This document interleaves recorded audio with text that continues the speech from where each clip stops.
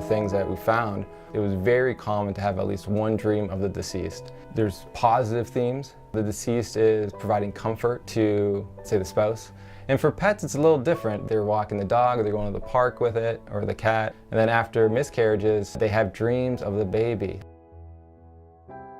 So if you're grieving, if you're in deep sorrow, when you have these positive dreams, what happens is you're waking up positive, and what can change in your mindset and how you approach the problem. But also this continuing bond aspect of these dreams, where people feel they get to see them one more time. They also feel like it's an interaction with them. Continuing a relationship with the deceased seems to be the way to go when it comes to working on our grief and learning how to cope through the loss. So, in spiritual people, that continuing bond may be belief in an afterlife, or belief that they're okay, or they're being watched out for.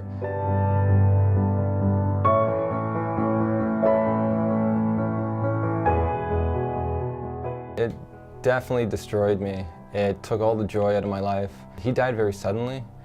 We were actually supposed to go to a hockey game, and he just never showed up, and I found out he was actually dead, that's why.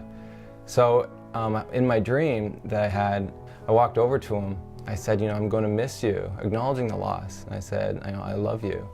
And we hugged, and that's when I woke up. But when I woke up, the power of that dream was all the happiness in life came back to me. Like, I still don't understand it to this day, but it's a very common thing that happens with a lot of bereaved individuals, where these dreams, they change us. And this is sort of the power of how these dreams, I always like to say, one dream, it can be like 10 years of psychotherapy for an individual. For me, it's like be able to talk about this stuff and just to have the tools to be able to bring up the conversation with clients is one of the most important things, hopefully, that this research does. And as we move forward, to be able to teach people to basically have an open space of communication.